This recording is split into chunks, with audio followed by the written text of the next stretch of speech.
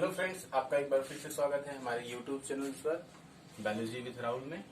Friends, आज हम देखने वाले हैं एटीएस। अभी इसके पिछले क्लास में हमने ग्लाइकोलिसिस और क्रेब्स साइकिल देखा था। उसमें जो भी रिड्यूस को एंजाइम्स बने थे, अब वो क्या करना है, उसको ईटीएस में ले जाकर के हमें ऑक्सीडेटिव फास्फोराइलेशन कराना है। आइए देखते हैं, समझते हैं। हमने ग्लाइकोलिसिस को पढ़ा था। ग्लाइकोलिसिस में हमें फ्रेंड्स कितने एटीपी मिले थे हमको? वहां पे 4 एटीपी मिला था, जिसमें से 2 एटीपी क्या हो गया था, हमारा लॉस हो गया था। तो -2 एटीपी हमको डायरेक्टली एटीपी मिला था। साथ ही हमको 2 NADH टू भी रिड्यूस को एंजाइम्स मिले थे। दूसरा ग्लाइको, देखिए यहाँ पे आप लोग को चमक रहा है, हम नीचे लिख दे रहे हैं, +2 NADH2 बना था। साथ ही पायरविक एसिड को हमने कहा ले गया था? क्रेब्स साइकिल में लेकर के गए थे। साइकिल में ले गए थे, वहां हमें कितना एटीपी मिला था? 1 एटीपी मिला था। क्योंकि हमने इसको 2 टर्न क्रेब्स साइकिल चलाया था, क्योंकि 2 पायरविक एसिड है, 2 पायरविक एसिड के मॉलिक्यूल से 2 बार टर्न करेगा क्रेब्स साइकिल, तो मतलब 2 एटीपी यहाँ पे हमको टोटल मिल जाएगा। प्लस NADH2 कितना मिल रहे थे हमको? NADH2 कितना मिल रहा था? प्लस यहाँ पे हमको कितने मिले? 3 NADH2 मिल रहे थे, प्लस 1 FADH2 मिल रहा है। तो मतलब कहने का मतलब क्या हुआ फ्रेंड्स? देखिए, हमने अगर हमको क्या मिल रहा है, हम ये सब इतनी मेहनत क्यों कर रहे हैं? ग्लाइकोलिसिस के लिए एटीपी के लिए कर रहे हैं। तो एटीपी हमको कितना मिला? केवल यहाँ पे 2 एटीपी यहाँ मिला है, 2 एटीपी। मतलब क्या ये पूरी प्रोसेस हम 4 एटीपी के लिए कर रहे हैं? नहीं, ऐसा नहीं है। 4 ही एटीपी के लिए हम नहीं कर रहे हैं। एटीपी तो हमको 4 मिला, लेकिन साथ में हमको रिड्यूस को एंजाइम्स मिल रहे हैं, जिनको हमें क्या करना है? क्रेब ईटीएस में माइटोकॉन्ड्रिया के इनर मेम्ब्रेन पर ईटीएस होगा, जिसको हमको क्या कराना है?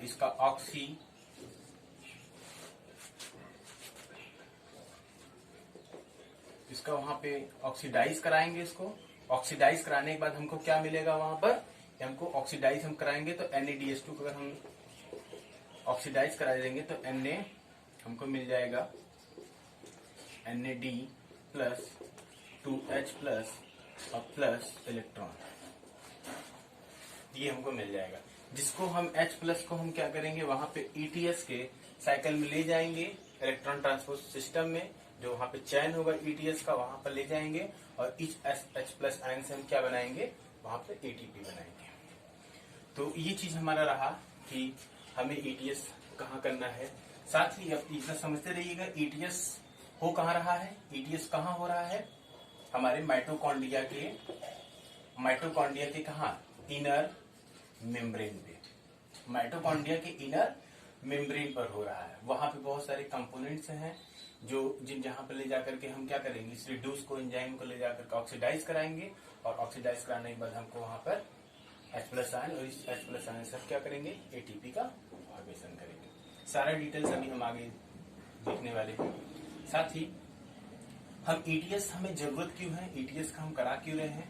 पहला काम तो ये हो गया कि हमें क्या करना है? इसको रिड्यूस को एंजाइम्स को ऑक्सीडाइज करके क्या बनाना है? एटीपी बनाना है। और दूसरा काम क्या होना चाहिए इसका? हमें जो NADH2 है, जिसको हमने रिड्यूस किया हुआ है, इसको अनलोड भी करना है। मतलब NADH2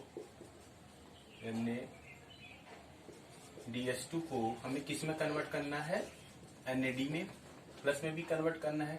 क्योंकि ये अगर इसको हम अनलोड नहीं करेंगे तो फिर क्या होगा? हमारा दोबारा से क्रेब्स साइकिल में जाएगा और ग्लाइकोलिसिस में जाएगा। वहां पर क्या करेगा? फिर से H प्लस आयंस को रिसीव करेगा, 2H प्लस आयंस को, और फिर वो लेकर के आएगा। ऐसा तो है नहीं हमारे पास इंडेफिनिट है NAD प्लस कि एक बार चलो आ गया तो दूसरा हम नया बना लेंगे, लेकिन ऐसा नहीं है। हम क्या करते हैं? नया नया NADH को बनाते रहते हैं और NADH2 बनाते रहते हैं। साथ ही ये क्या है? इसी NAD प्लस को हम क्या करते हैं? बार बार रिसाइकल में यूज करते रहते हैं। तो हमारा 2 पर्पज है ETS को करने का। एक तो ऑक्सीडाइज करके हमको क्या बनाने का? ATP फॉर्मेशन करने के लिए हम ETS चला रहे हैं। साथ ही दूसरा क्या है, हमें जो भी हमने रिड्यूस को एंजाइम्स हैं उनको रिड्यूस किया, उनको ऑक्सीडाइज भी करना है। इसके दो फंक्शन होते हैं। चलिए हम आगे देखते हैं ईटीएस के बारे में। देखिएगा फ्रेंड्स, अब इसके आगे हमें देख लें कि ऑक्सीडेटिव फास्फोराइलेशन क्या होता है। कि ऑक्सीडेटिव फास्फोराइलेशन का मतलब भी यहाँ पे आप समझ लीजिएगा कि, और उसके साथ ही हम बार बार ऑक्सीडाइज और रिडक्शन बोल रहे हैं, रिड्यूस बोल रहे हैं, इसका थोड़ा भी कंसेप्ट आपको दिमाग में रख लीजिएगा। हो सकता है कि कुछ बच्चों के दिमाग में ये बात आ रही है कि सर बार बार रिड्यूस या ऑक्सीडेशन क्या बोल रहे हैं, ऑक्सीडाइज कर रहे हैं, रिड्यूस बोल रहे हैं, तो क्या है। साथ ही हम ये भी समझ लेंगे। देखिएगा ऑक्सीडेटिव फास्फोराइलेशन क्या होता है कि ऑक्सीडेटिव फास्फोराइलेशन, जैसे हमने क्या लिया, NADH2 है, इसको हम क्या करेंगे, जब ऑक्सीडाइज कराएंगे किसके प्रेजेंस में, ऑक्सीजन के प्रेजेंस में। ऑक्सीजन के प्रेजेंस में जब इसको हम ऑक्सीडाइज कराएंगे तो किस में कन्वर्ट होगा, NAD++2। देखिए आपको यहाँ पे लाइट आ रहा होगा, सॉरी उसके लिए, इसके नीचे फिर से लिख दे रहे हैं। 2NADH2 है, इसको हम क्या करेंगे, ऑक्सीजन के प्रेजेंस में जब इसको ऑक्सीडाइज करेंगे तो इसकी किस में चेंज होगा, NAD++2H++2 इलेक्ट्रॉन कन्वर्ट हो जाएगा। ऑक्सीजन के प्रेजेंस में रिड्यूस को एंजाइम्स को ऑक्सीजन के प्रेजेंस में क्या करना, एटीपी का प्रोडक्शन करना ही क्या कहलाता है, ऑक्सीडेटिव फास्फोराइलेशन कहलाता है। रिड्यूस को एंजाइम्स का ऑक्सीजन के प्रेजेंस में एटीपी का प्रोडक्शन कराना ही क्या कहलाता है, ऑक्सीडेटिव फास्फोराइलेशन कहलाता है। साथ ही ऑक्सीडाइज और रिडक्शन भी बोलते हैं। देखिए जब इसमें H+NAD में या NADH2 है, इसको हम जब क्या करेंगे, ऑक्सीडाइज कराएंगे तो किसमें कन्वर्ट हो रहा है, NAD+ में हो रहा है। मतलब हम बोले कि ऑक्सीडाइज हम करा रहे हैं तो इसका मतलब वहां का H+ आयन क्या हो रहा है, रिमूव हो रहा है, निकल रहा है वहां से। अगर हम ये बोले कि उसमें रिडक्शन करा रहे हैं, इसका रिड्यूस रिड्यूस करने का मतलब ये हुआ कि ये NAD+ है, इसमें 2 H+ आयन्स अगर हम दे रहे हैं तो किसमें कन्वर्ट, NADH2 में चेंज हो जा रहा है। इस तरह से जो कन्वर्टेबल हो रहा है, इसको अगर इसमें NADH में NAD+ में H+ आयन्स अगर जुड़ जा रहा है तो रिड्यूस होकर के NADH2 बना दे रहा है, और NADH2 अगर इसे ऑक्सीडाइज कर देंगे तो NAD+। आई होप ये कंसेप्ट आपको समझ में आ गया होगा। आइए हम माइटोकॉन्ड्रिया के उसमें देखते हैं फिगर। उसमें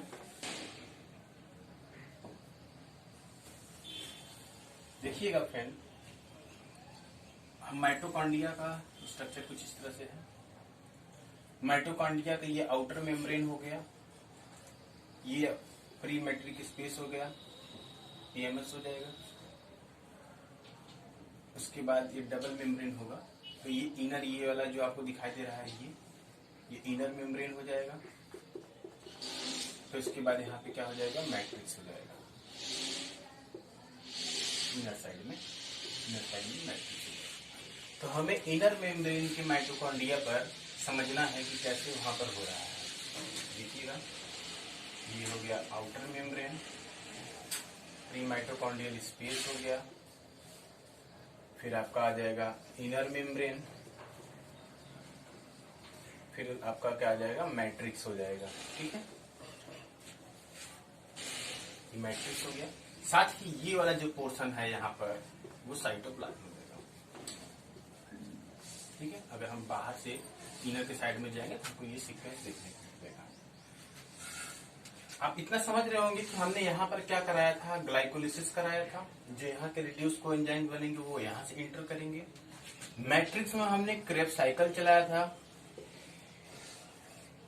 क्रेब्स साइकिल चलाया तो यहाँ के रिड्यूस कोएंजाइम्स कहाँ पर आएंगे, इस इनर माइटोकॉन्ड्रिया पर आएंगे।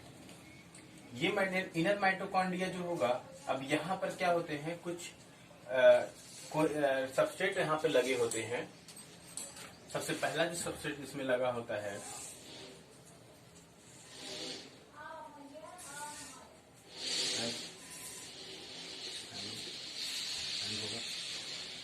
साथ ही यहाँ पर उसके बाद लगे होंगे FMN होगा, FMN होगा, उसके बाद फेरस सल्फेट होता है यहाँ पर, फिर उसके बाद यूबी क्विनोन होगा, सब ये कंपोनेंट हैं। यूबी क्विनोन होगा, उसके बाद साइटोक्रोम सी होगा, साइटोक्रोम सी होगा, उसके बाद आपका आ जाएगा फेरस Fe, फेरस से या Fe3+, फेरस हो गया, फेरस से कन्वर्ट हो जाता है फेरिक में, या Fe2+।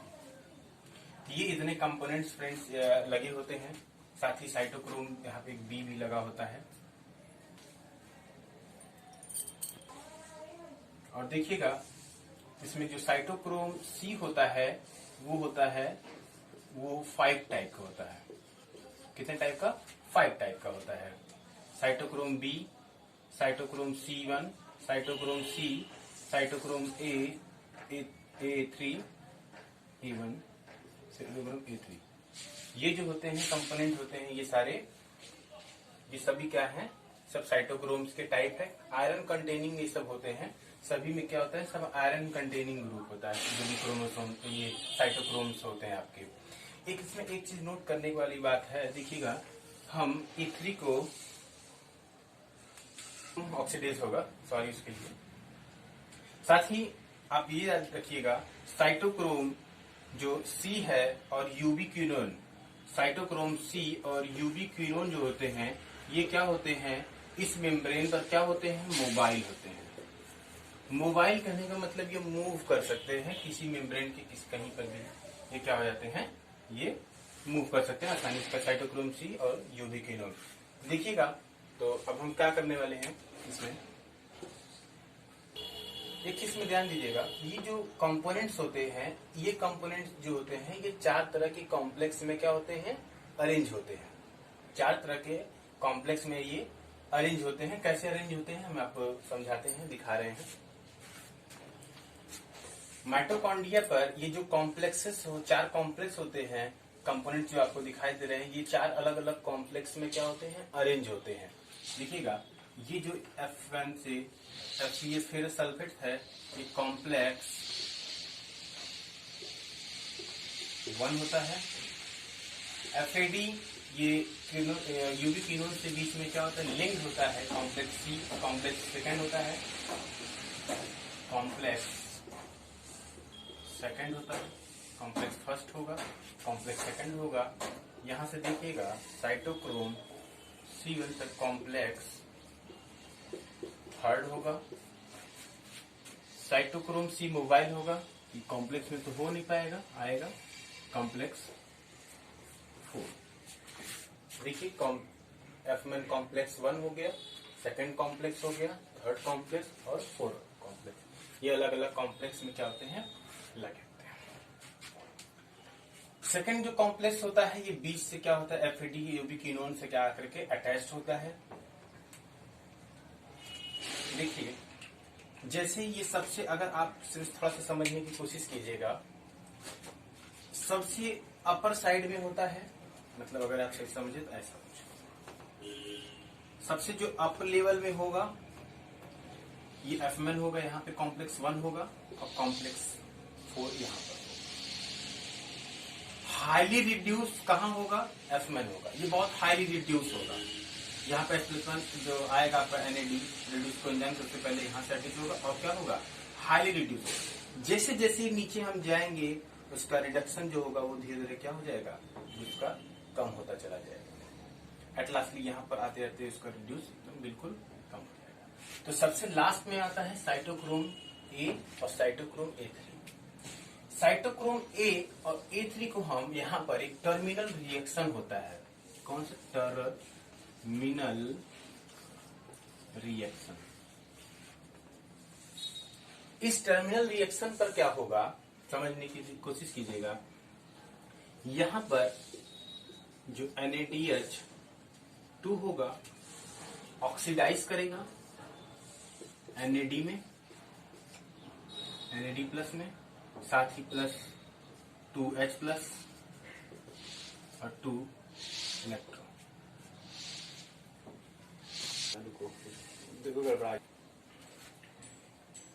रिड्यूस को एंजाइम्स को हम यहाँ पर क्या करते हैं, इसको इस कंपोनेंट पर, इस कॉम्प्लेक्स तक यहाँ तक आएगा तो ये जो H प्लस, ये NAD प्लस है, ये वापस कहाँ जा रहा है, हमारा क्रेब्स साइकिल में चला जाएगा, क्रेब्स साइकिल में वापस रिटर्न हो जाएगा दोबारा रिड्यूस होने के लिए।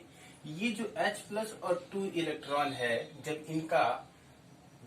इनकी रिडक्शन पावर जो होगा ये कम हो जाएगा तो ये क्या करेंगे, 2H plus 2 electron plus half O2, मतलब एक O2 का मॉलिक्यूल रिएक्शन करके क्या बनाता है, H2O।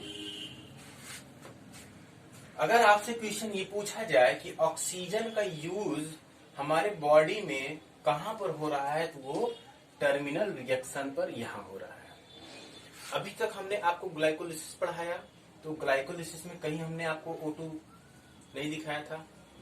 क्रेब्स साइकिल चलाया, वहां क्रेब्स साइकिल ऑक्सीजन के प्रेजेंसी में हुआ, लेकिन कहीं ऑक्सीजन का यूज नहीं हुआ। हमें अभी तक ETS में यहाँ तक पहुंच गए हैं, अभी तक कहीं ऑक्सीजन अभी हमने आपको नहीं बताया यूज हो रहा है। अब ऑक्सीजन आपका यूज कहाँ हो रहा है, जो हम रिस्पायरेशन के थ्रू ले रहे हैं वो कहाँ है, ये साइटोक्रोम A से साइटोक्रोम A3 पर हो रहा है, मतलब इस टर्मिनल रिएक्शन पर। आपसे पूछा जाए तो ऑक्सीजन का यूज कहाँ, टर्मिनल ETS के टर्मिनल रिएक्शन पर हो रहा है, जहां पर देखिए 2H प्लस और 2 इलेक्ट्रॉन हाफ O2 के साथ मिलकर के एक H2O का मॉलिक्यूल्स बना लेते हैं। आइए हम अब इनर माइटोकॉन्ड्रिया में सभी कॉम्प्लेक्सेस को देखें कैसे इलेक्ट्रॉन का ट्रांसपोर्ट हो रहा है।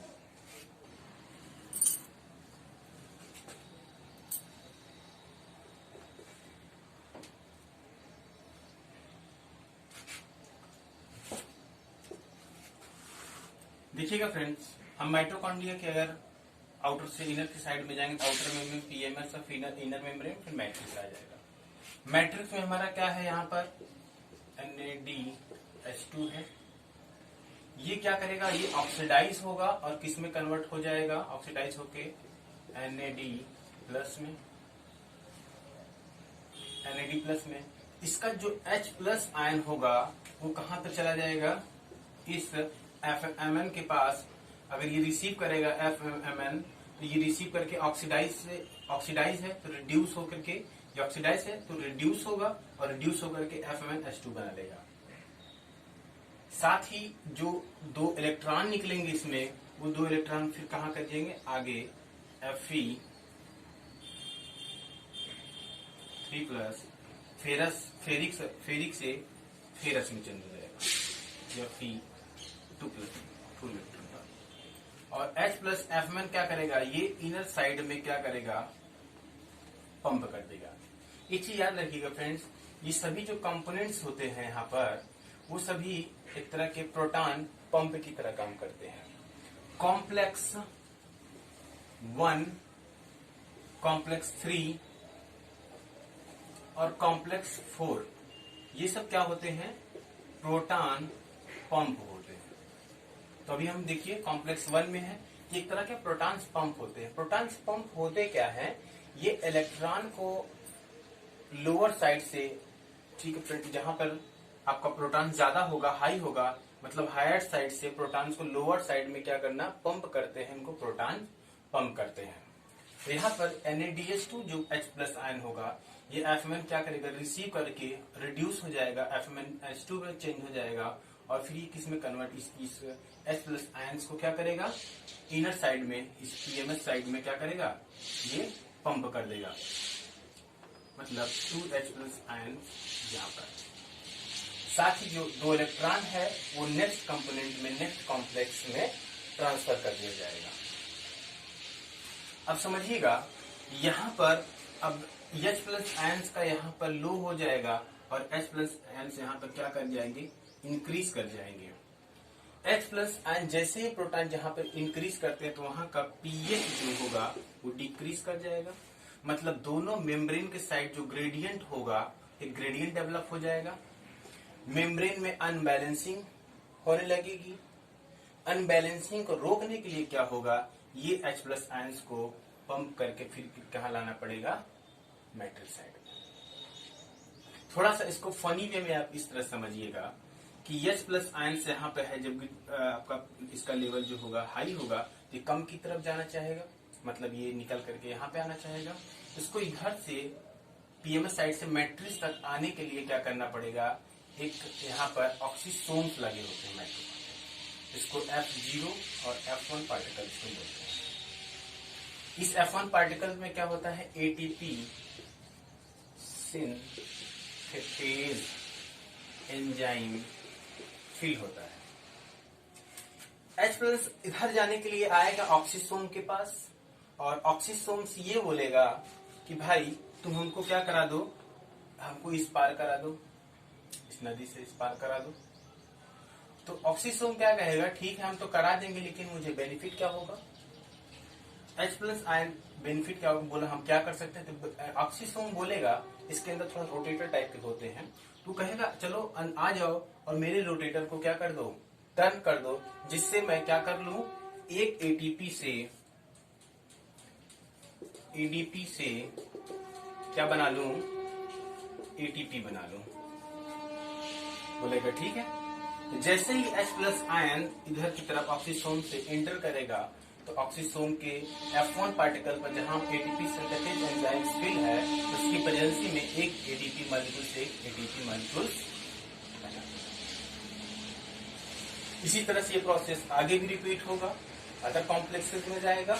वो कॉम्प्लेक्स को हम थोड़ा सा और भी डायग्रामेटिक करके हम आपको समझाने की कोशिश कर रहे हैं। यहाँ पर आपको समझ में आ गया होगा आई होप, F1 से किस तरह से ऑक्सीडाइज होकर के रिड्यूस होकर के H प्लस आयन अंदर आ रहा है, और कैसे यहाँ पर एडीपी बन रहा है। अब ये हम पूरा आपको मेम्ब्रेन पर दिखा रहे हैं कितने एडीपी कैसे बन रहे हैं। इसको रफ करके हम देखते हैं।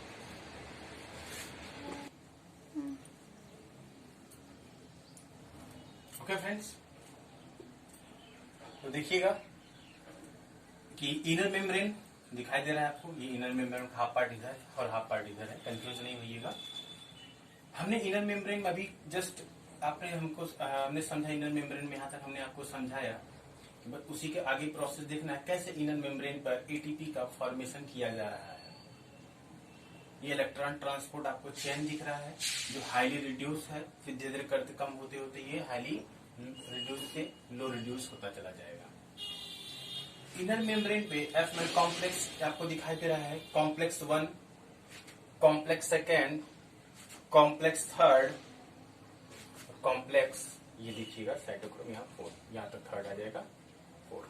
तो 4 कॉम्प्लेक्सेस आपको दिखाई दे रहे हैं। कैसे इनमें इलेक्ट्रॉन का ट्रांसपोर्ट होगा, जिससे हम इसे ETS बोल रहे हैं, जिसके कारण देखिएगा हमने मैट्रिक्स से NADH रिड्यूस को एंजाइम्स को लाया और क्या कराया, इसने ऑक्सीडाइज को कराया और NAD प्लस में चेंज हो गया। इसके पास क्या निकला था, हमने देखा था 2H प्लस और 2 इलेक्ट्रॉन्स। ये 2H प्लस आयंस को F में रिसीव करेगा और किस में कन्वर्ट हो जाएगा, मतलब F में क्या करेगा, इसको लेगा और रिड्यूस होकर के क्या बना लेगा, रिड्यूस हुआ FnH2 बना दिया, और फिर ऑक्सीडाइज होगा, फिर F में कन्वर्ट हो जाएगा। ये जो H प्लस आयंस को ये रिसीव करके कहाँ पंप कर रहा है, ये PMS साइड में पंप कर दे रहा है। जैसे यहाँ का पीएच हाई होगा और ये H प्लस आयन इधर की तरफ भागना चाहेगा, और यहाँ पर एक एडीपी प्लस इनऑर्गेनिक फास्फेट से एक एटीपी मॉलिक्यूल को क्या कर देगा, फॉर्मेशन कर देगा। साथ ही यहाँ का जो इलेक्ट्रॉन है वो इलेक्ट्रॉन ट्रांसफर हो जाएगा सेकंड कंपोनेंट में, मतलब फेरिक सल्फेट से फेरस सल्फेट में, फेरस सल्फेट से फेरिक सल्फेट में क्या हो जाएगा, ये कन्वर्ट हो जाएगा। यहाँ का फिर इलेक्ट्रॉन जो है वो ट्रांसफर कर देगा यूबी क्विनोन के पास। यूबी क्विनोन के पास अभी ये H प्लस आयन यहाँ पर अभी बचा हुआ है, इसका ग्रेडियंट जो है पोटेंशियल, और फिर ये एक बार फिर से एंटर करेगा, कहाँ साइड से, ये इधर साइड से फिर एंटर करेगा, और फिर H प्लस आयन इधर साइड में आ जाएगा। फिर ये बाहर निकलना चाहेगा, पीएच इंक्रीज करेगा, और फिर ये ऑक्सीसोम के होते थ्रू कहाँ आ जाएगा, मैट्रिक्स में। फिर यहाँ से एक एडीपी से एक एटीपी बना देगा, presence of ATP synthetase. ATP synthetase enzyme यहाँ पर फील हो, उसकी प्रेजेंस में एडीपी में कन्वर्ट कर देगा, एटीपी में। एक इनऑर्गेनिक फास्फेट है ये, ठीक है। देखिएगा अभी तो इसके पास अभी जो H2H प्लस आयन है, इसका अभी पोटेंशियल अभी बाकी है, ये अभी एक एटीपी और जनरेट कर सकता है। देखिए ये फिर उसके बाद क्या हुआ, यहाँ से इलेक्ट्रॉन ट्रांसपोर्ट हो जाएगा साइटोक्रोम बी में, साइटोक्रोम बी से फेरस सल्फेट से फेरिक सल्फेट में कन्वर्ट हो जाएगा इलेक्ट्रॉन 3+ है, अगर इलेक्ट्रॉन्स को लेकर 2+ में कन्वर्ट हो जाएगा, फिर 2+। देखिए यहाँ पर H+ अभी इसका पोटेंशियल और है, और ये फिर यूबी क्विनोन के साथ क्या करेगा, बाइंड करेगा, ऑक्सीडाइज करेगा, इसके साथ रिड्यूस करेगा, और फिर ऑक्सीडाइज होकर के ये H+ आयंस को कहां पर भेज देगा, इनर साइड में पंप कर देगा। जैसे ही पंप किया ये फिर कहां जाना चाहेगा, ये फिर मैट्रिक्स तरफ जाना चाहेगा, वही प्रोसेस फिर से यहाँ पे हो रहा है, दोबारा हो रहा है। तो क्या है यहाँ पे फिर क्या करेगा, एक एडीपी से एटीपी बना देगा। साथ ही अब देखिए, अब इसकी जो H+ आयंस की जो पोटेंशियल थी, अब वो क्या हो चुकी है, खत्म हो चुकी है, बिल्कुल लो हो चुकी है। इसकी यहाँ पर पोटेंशियल क्या हो चुकी है, बिल्कुल पूरी तरह से अब ये खत्म हो चुकी है।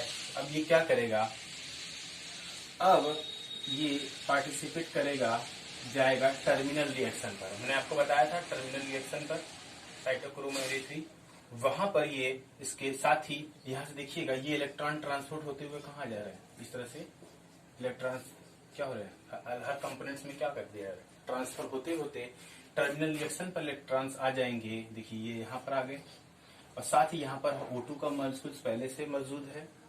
ये इलेक्ट्रॉन और ये दोनों मिल करके क्या करेंगे, ये एक H2O का मॉलिक्यूल्स बना देंगे, प्लस ये भी H+ आयन यहाँ पे आएगा, तो ये दोनों रिएक्शन करके H2O मॉलिक्यूल्स बना देंगे, और इस तरह से क्या होगा, ये आपका रिएक्शन कंप्लीट हो जाएगा, ETS साइकिल कंप्लीट हो जाएगा। हमने NAD रिड्यूस कोएंजाइम्स के बारे में बात की, अभी FAD के बारे में बात करना है। ये FADH2 जो है ये भी तो इंटर करेगा, ये भी तो 2 ATP बनाएगा। देखिएगा NADH में हमने 3 ATP बनाया है, 1, 2 और 3, मतलब हमने एक NADH2 रिड्यूस कोएंजाइम्स मॉलिक्यूल्स का लिया था, और उसको हमने ETS में इस तरह से इंटर कराया, और हमको 1, 2 और 3 ATP मिला। हमने आपको बताया भी है कि एक NADH से कैसे 3 ATP मिलता है। साथ ही FADH2 को आप देखिए, FADH2 से भी 2 मॉलिक्यूल्स मिलते हैं। अच्छा, FADH2 यहाँ पर एंटर करना चाहिए था, यहाँ से ही क्यों कर रहा है? आपके दिमाग में ये भी क्वेश्चन आ रहा होगा, सर इसको भी तो यहाँ से आप करा सकते थे। बिल्कुल करा सकते थे, लेकिन आप समझने की कोशिश कीजिएगा, जो FADH2 है इसका जो लेवल है, इसका जो पोटेंशियल लेवल होता है, मैंने बताया तभी को जस्ट पहले की लेवल बनाकर कि हर अलग अलग का एक लेवल है, इसका जो पोटेंशियल लेवल होता है वो यहाँ पर मैच करता है। इसीलिए क्या करता है, ये यहीं पर एंटर करता है फेरस सल्फेट के पास में। जैसे यहाँ पे यूबी क्विनोन से UbCH2 ऑक्सीडाइज होकर रिडक्शन हो जाएगा, इसका रिड्यूस होकर के UbCH2 से ऑक्सीडाइज होगा तो यूबी क्विनोन बना लेगा, और इसके जो H+ आयन वही इंटर कर देगा। तो वही प्रोसेस यहाँ पर फिर से होगा, 2 H+ यहाँ पे आएगा और एक यहाँ पे निकलेगा, तो मतलब 2 ATP यहाँ पर बन रहे हैं FADH2 से। एक FADH2 से 2 ATP का फॉर्मेशन देखिए यहाँ पर हो रहा है, साथ ही NADH2 से 1, 2 और 3 मॉलिक्यूल्स का फॉर्मेशन। साथ ही जो इलेक्ट्रॉन्स इसमें निकल रहे हैं, वो इलेक्ट्रॉन्स क्या कर रहे हैं, वो कंपोनेंट्स में सारे जो कॉम्प्लेक्सेस है उसमें ट्रांसफर करके टर्मिनल रिएक्शन पर जाकर के वो ऑक्सीजन के साथ रिएक्शन करके वो क्या बना लेते हैं, O2 मॉलिक्यूल्स, एक H2O का मॉलिक्यूल्स बना लेते हैं। तो फ्रेंड्स, आई होप ये चीज आपको इलेक्ट्रॉन ट्रांसपोर्ट सिस्टम पूरी तरह से समझ में आया होगा। अगर कोई कंफ्यूजन हो तो आप हमें जरूर बताइएगा। अगर इसको क्या रिवाइज करने की जरूरत है मुझे, तो ठीक है, एक बार देख लेते हैं। और F1 इनर मेम्ब्रेन है, रिड्यूस होकर क्या बना रहा है, FnH2 फिर कन्वर्ट हो जा रहा है, इसका 2 H+ आयन इधर आ जा रहा है आपका पंप करके, फिर इससे पंप करके इस H+ आयन से फिर ATP बन रहा है, और इलेक्ट्रॉन्स का ट्रांसपोर्ट क्या हो रहा है, रिपीट हो जा रहा है। ट्रांसपोर्ट जो इलेक्ट्रॉन है वो क्या कर रहे हैं, हर कॉम्प्लेक्सेस में ट्रांसफर कर दिए जा रहे हैं। इस तरह से देखिए इलेक्ट्रॉन ट्रांसफर होते चले जा रहे हैं, साथ ही H+ आयंस को किस तरह से रिसीव करके फिर पंप करके फिर ATP बना दिया जा रहा है। ओके फ्रेंड्स, तो आई होप ये आपको वीडियो अच्छा लगा होगा, और अगर अच्छा लगे वीडियो तो आप इसको लाइक और सब्सक्राइब जरूर कीजिए। साथ ही फ्रेंड्स औरों को भी अपने फ्रेंड्स में शेयर कीजिए, जिससे हर कोई इस चीज को समझ सके और पढ़ सके।